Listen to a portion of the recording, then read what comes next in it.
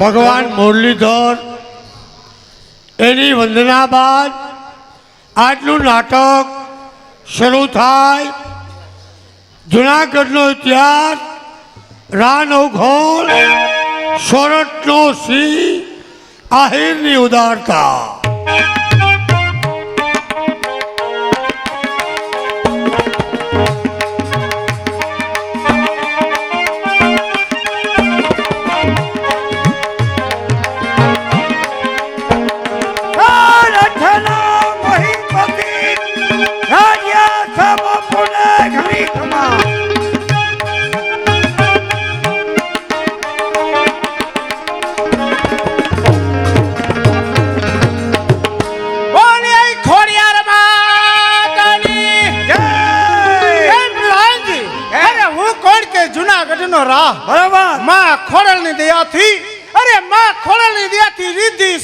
સંપત્તિ સર્વસ્વ વારસામાં મળ્યું છે, પરંતુ આજ આત્માને એક વાતનું બહુ દુઃખ.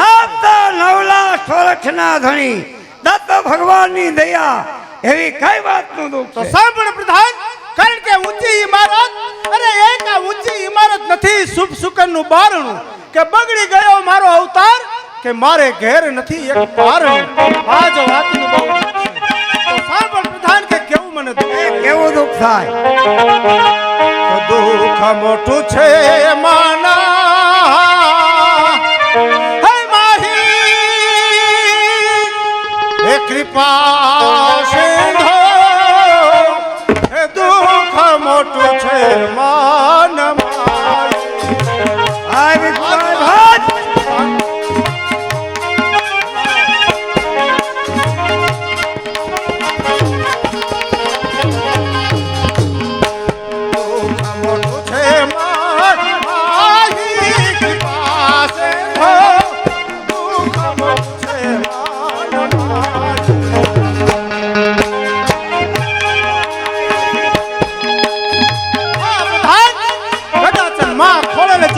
દીકરો દીધો તો આજે જ દીકરાને જુનાનાની ગાદી સોંપી દે. બરાબર, પણ તો એ જ આત્માને દુઃખ છે.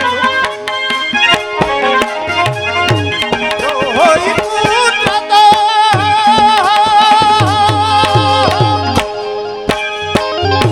ગાદીએ બેસાડું, જો હોય પુત્ર તો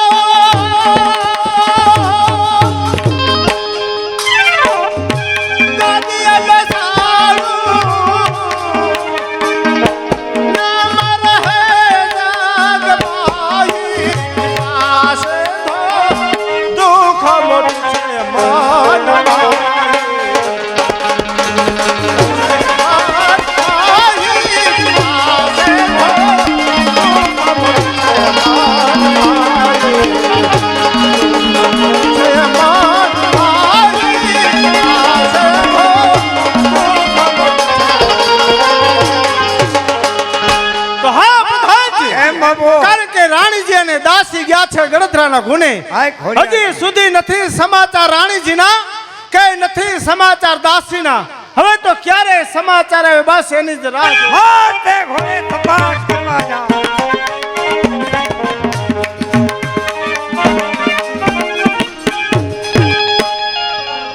પ્રધાનજી, મહારાજાને કહો કે દાસી અમારી રજા માંગે છે.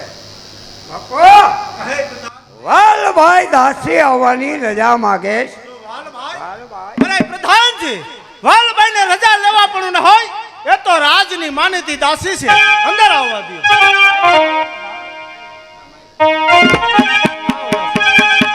બોલાવી છું આજ રાજા એક તો વધાઈ સારી, લાવી છું આજ રાજા એક તો વધાઈ સારી. પુત્ર જન્મ થયા બકેરી, પુત્ર જન્મ થયા બકેરી. ઘણી ખુશી નો દિવસ અમારા, ઘણી ખુશી નો દિવસ અમારા. દાસને આપો ફિરમા વતારા, દાસને આપો. મહારાજાનો જય હો. કહે દાસી, અરે કહે દાસી કે તું અને તારા બાઈ સાહેબ બને ગણતરાને ગુને ગયા હતા, ત્યાંના શું સમાચાર છે?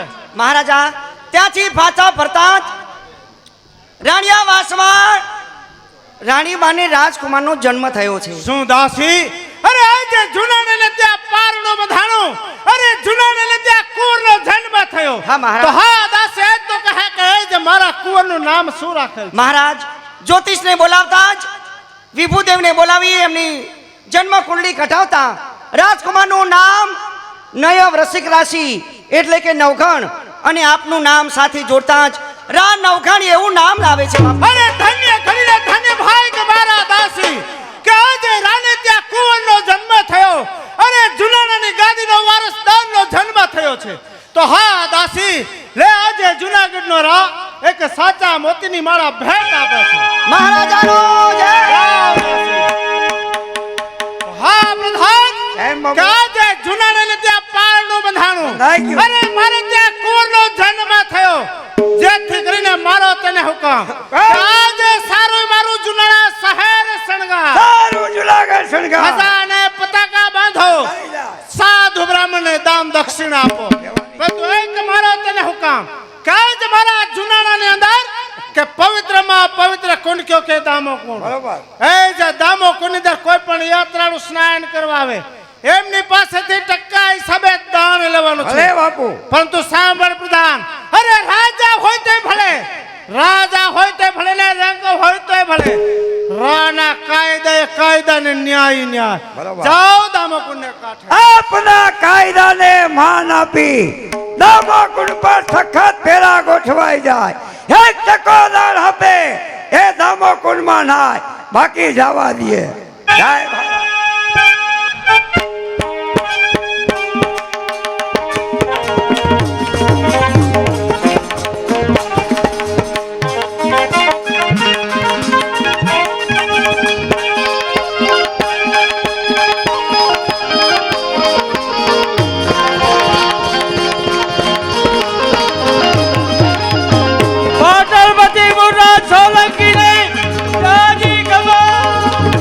રાજલી છે કવિ રીતિ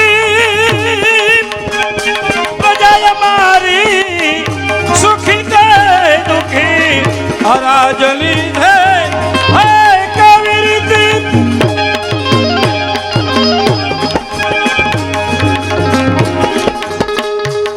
પ્રજા મારી સુખી કે દુખી સત્ય મને જણાવો.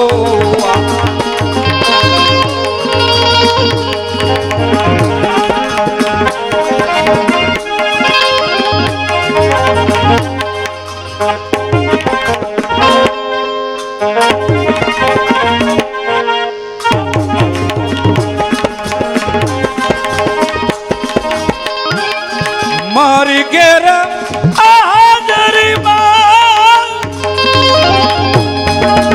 મારી ઘેર હાજરીમાં સુબના છે નામ સારા મારી ઘેર હાજરીમાં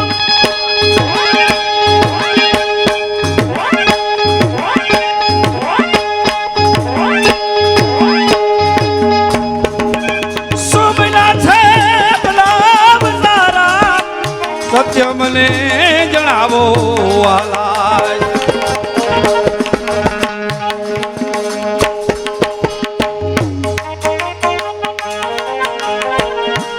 જો સંગીત કલાકાર જો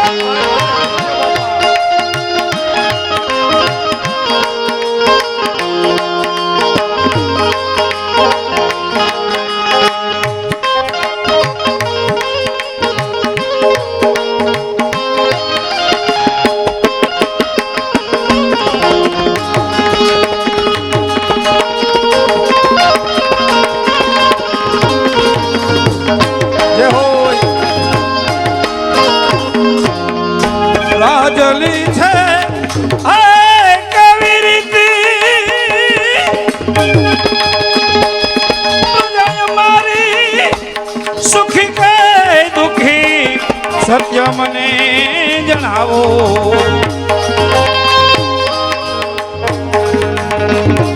જો ઉસ્તાદ માસ્તર બેનજા માસ્તર જો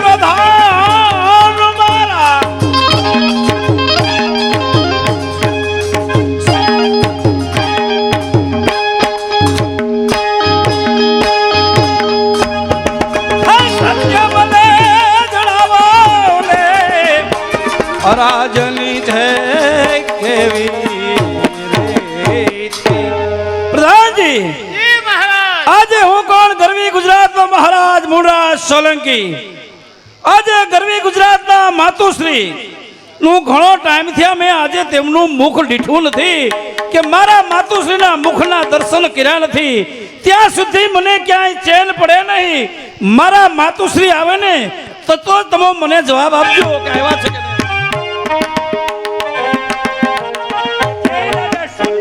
પ્રધાનજી અંદર ગરવી ગુજરાતના ધણી મુરાદને કહો કે દાસી અંદર આવવાની રજા માંગે છે.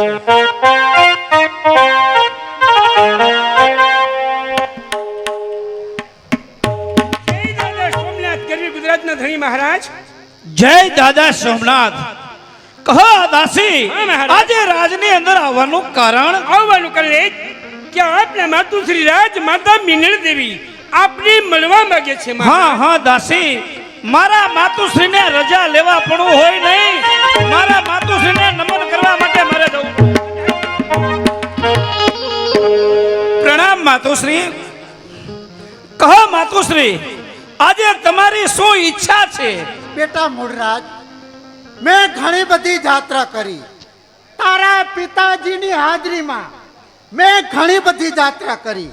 આજે મારા દિલની એક જ ઈચ્છા બેટા કે જુનાગઢની અંદર દામોકુંડ એમાં સ્નાન કરી સત્વર પાછા ફરી બેટા. હા હા માતુશ્રી તો આજે સોનાનો સુગંધ થયો કારણ કે આજે તમને ખબર છે કે એવો તો કોણ પુત્ર ભાગી હોય કે પોતા માતુશ્રીની ઈચ્છા પૂરી ન કરે. દામોકુંડની રેવતી કુંડના સ્નાન કરવા માટે જો તમારે જવું હોય તો જાઓ. દાસ દાસીઓ નોકર ચાકર જે જોઈને 500 માણસનો સંગ લઈ અને દામોકુંડની રેવતી કુંડના સ્નાન કરવા માટે જાઓ. પણ માતુશ્રી કેમ બેટા?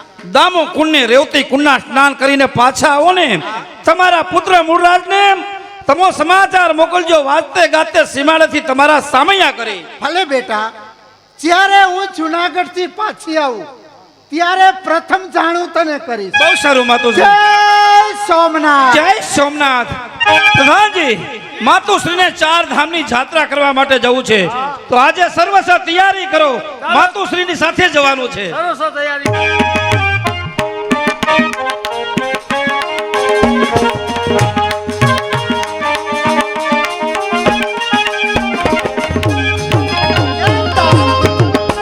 હાલતા હાલતા જુનાગઢ આવી ગયા. જી હા. સામે દેખાય એ જ ગરવો ગિરનાર. હા, એ જ ગરવો ગિરનાર. ચાલો એમના દર્શન કરી સત્વર આપણે પાછા ફરીએ. ગિરનારી મહારાજની જય. તારો રે ભરોસો મને ભારી દેવો ગરવો દાતા ગિરનારી રે ગિરનારી.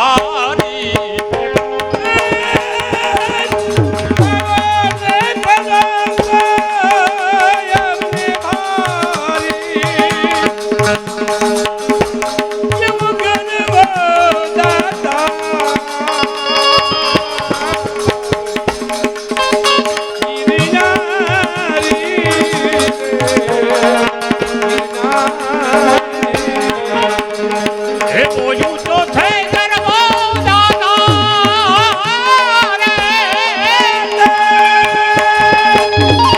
હે મોટો ગરવો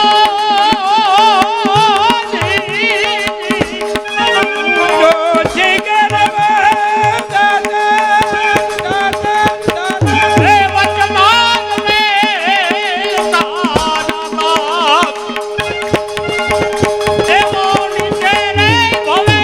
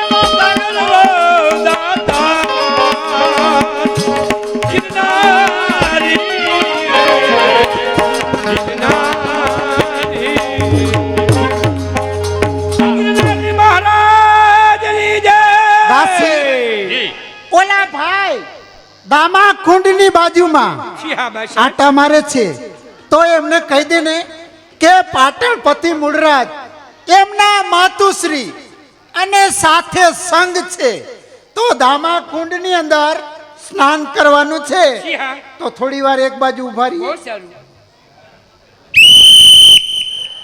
જય દાદા સોમનાથ ભાઈ જય સોમનાથ.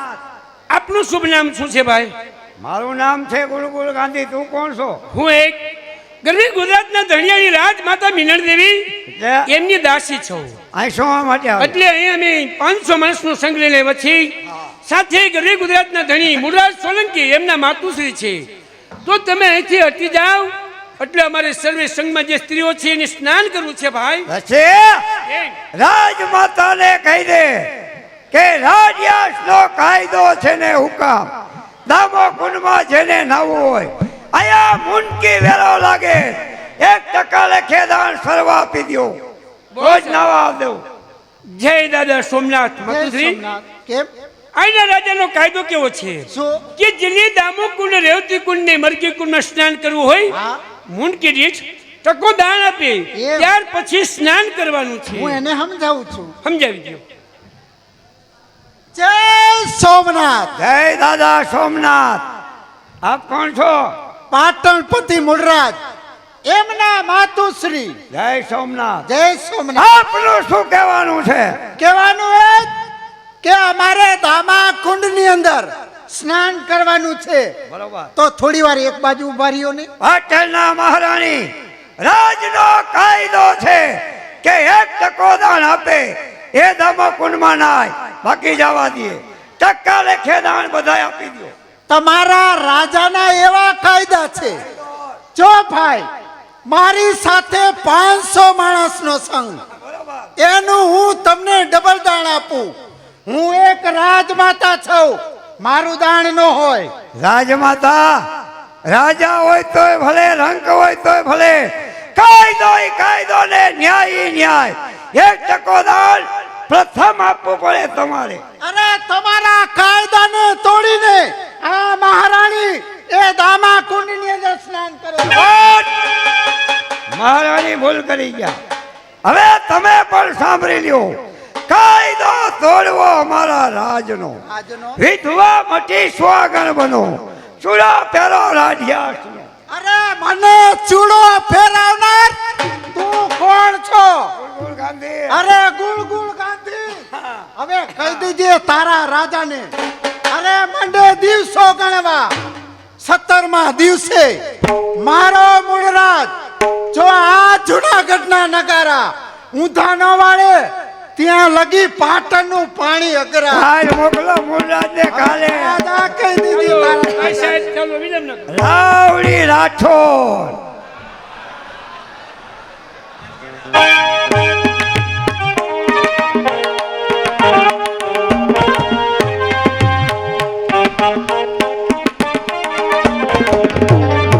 પ્રધાનજી મારા માતુશ્રી ના શું સમાચાર છે?